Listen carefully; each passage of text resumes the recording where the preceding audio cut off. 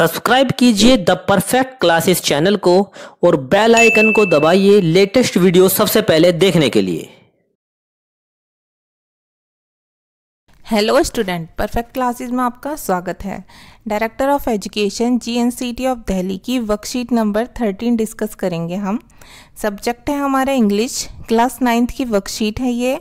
Name of the student आपको यहाँ mention करना है, name of the class teacher आपको यहाँ मेंशन करना है बच्चों। डेट है इसकी 4 अगस्त 2020। ओके, टॉपिक है हमारा कॉम्प्रीहेंशन, लिटरेचर से लिया हुआ ये। देखते हैं वर्कशीट डिस्कस करते हैं अपनी। लेट्स रिकॉल, आपको रिकॉल करनी है ये 3 pics, pic 1, pic 2 and pic 3। तो आप देखिए पिक 1 से आपको कुछ माइंड में रिकॉल हो रहा है। कौन सा चैप्टर से ये ली गई है हमारी पिक? पिक 1 हमारी द लॉस्ट चाइल्ड से ली गई है। पिक 2 जो है हमारी एक चैप्टर है हमारा the fun they had, okay, उससे ली हुई है ये पिक। और पिक 3 भी हमारी द लॉस्ट चाइल्ड चैप्टर से ली गई है। आगे देखते हैं हम क्वेश्चंस और सॉल्व करते हैं। Look at the given set of pictures and answer the following questions. आपको दी हुई पिक्चर्स को देखना है, इसके सेट्स को देखना है और नीचे दिए हुए प्रश्नों के उत्तर देने हैं। तो आपने पिक्स देख ली, अब नीचे हम सॉल्व करते हैं। Which chapters do the pick 1 and pick 2 remind you of? ठीक है बच्चों, आपको पिक 1, पिक 2 कौन से चैप्टर्स की याद दिलाते हैं?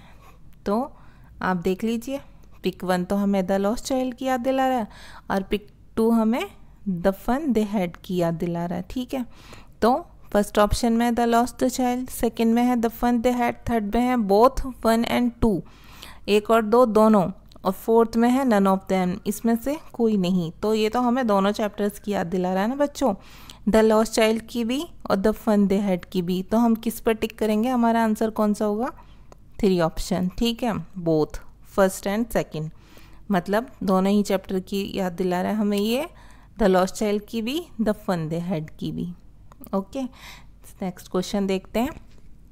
Who all are visible in the pick 1? अब देख लीजिए, ये पूछ रहे हैं हमसे कि पिक 1 में कौन कौन विजिबल हैं। तो इसमें हमसे पूछा गया the child, parents of the child, balloon seller, all of them, बच्चा, बच्चे के माता पिता, गुब्बारे बेचने वाला या सभी। तो पिक देख लीजिए आप। पिक 1 में देखो बच्चों, पेरेंट्स उसके हैं ये रे, ठीक है, ये हो गया बच्चा, ये पीछे ये हमें दिख रहा, ये हो गया बलून सेलर, ये ला। ठीक है, तो सभी हैं, तो हम किस पर लगा देंगे टिक? इस पर लगा देंगे हम, ऑल ऑफ देम। हमारा आंसर क्या होगा बच्चों? ऑल ऑफ देम, सभी हैं। ठीक है, थर्ड देखिए, pic 2 reminds you of. Pic 2 आपको किसकी याद दिलाता है? तो पिक 2 देख लीजिए एक बार, देखो ये चैप्टर है ना द फन दे हैड। अब पिक्चर देखकर आपको समझ में आ गया। अब देखो ये पूछ रहे हैं हमसे ऑप्शन में, टॉमी एंड मर्जी, Joy and Neha, Irfan and जूबी, Sonu and Monu. तो ये आपको किसकी याद दिला रहा है? ये आपको दिला रहा है टॉमी एंड मर्जी की। तो इसका हमारा आंसर होगा 1। ठीक है, 1 फर्स्ट पर हम टिक कर देंगे क्योंकि हमारा राइट ऑप्शन है।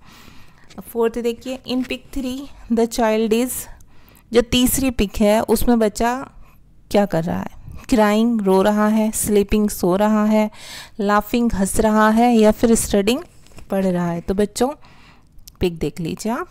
पिक 3 में देखिए, जब सब उसको देख रहे थे वहाँ पर भीड़ थी बहुत, वो बच्चा खो गया था, तो वो क्या कर रहा है उसके बाद? पिक में पता चल रहा है ना आपको, रो रहा है बच्चा। तो हम किस पर लगा लेंगे? ऑप्शन 1 हमारा करेक्ट है बच्चों, क्राइंग। ठीक है, बच्चा रो रहा है।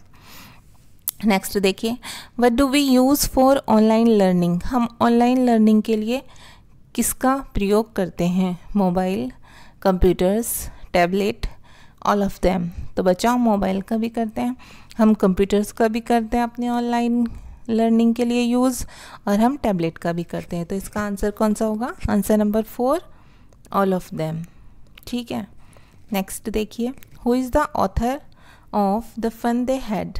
मर्जी, Isaac Asimov, Robert Frost, none of them. ठीक है, यह इसमें से कोई नहीं। तो कौन थे? मर्जी तो थी चैप्टर में, लेकिन इसके राइटर ऑथर कौन थे जिन्होंने ये चैप्टर लिखा है? Isaac Asimov. तो आपका राइट आंसर होगा सेकंड। ठीक है, नेक्स्ट देखिए, which of the following word is an antonym of learning. ये जो लर्निंग दिया हुआ है, लर्निंग का एंटोनिम बताना है आपको नीचे दिए हुए शब्दों में से। एंटोनिम का मतलब होता है बच्चों विलोम। कौन सा है? लर्निंग का मेन मतलब होता है सीखना, और नॉलेज का मतलब क्या होता है? ज्ञान। एजुकेशन का मतलब होता है शिक्षा। ठीक है, लिटरेसी का मतलब साक्षरता। इग्नोरेंस का मतलब क्या होता है? लैक ऑफ इंफॉर्मेशन, सूचना की कमी होना। तो इसका अपोजिट कौन सा होगा? इग्नोरेंस होगा। लर्निंग का अपोजिट कौन सा होगा? इग्नोरेंस, क्योंकि लिटरेसी तो शिक्षा ही है, उससे तो हम सीखते हैं। एजुकेशन शिक्षा होती है, उससे भी हम सीखते हैं। नॉलेज तो ज्ञान होता है, तो अगर हमारे पास ज्ञान है तो हमने सीखा हुआ होगा। ठीक है, तो इग्नोरेंस ही इसका आंसर होगा, क्योंकि हमें एंटोनिम लिखना है, विलोम लिखना है। ठीक है, नेक्स्ट देखिए, a child went to the market to buy an orange, a candy and an umbrella. Which part of speech do the underlined word represent?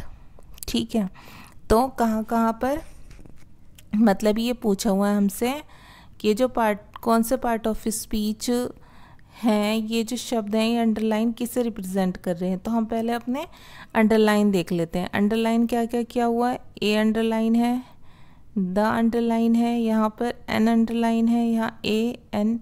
तो बच्चे ये ए एन और द ये क्या होते हैं? ये हमारे आर्टिकल होते हैं। ठीक है, प्रीपोजिशन तो होती नहीं है, ना ही कंजक्शन होते हैं, ना ही मॉडल्स होते हैं। ये क्या होते हैं? आर्टिकल होते हैं। तो हमारा कौन सा ऑप्शन करेक्ट है? 2। तो ये हमारी वीडियो हो गई कंप्लीट बच्चों। ठीक है, ये आंसर हो गए करेक्ट सब। ये आपने ऑप्शन फिल कर लेना। ठीक है, और आपको पता भी होंगे, ईजी थी वर्कशीट तो बहुत। तो ये मेरी वीडियो कंप्लीट हो गई। अगर आपको मेरी वीडियो पसंद आई है तो मेरी वीडियो को लाइक कीजिए, शेयर कीजिए और मेरे चैनल को सब्सक्राइब कीजिए। Thanks for watching.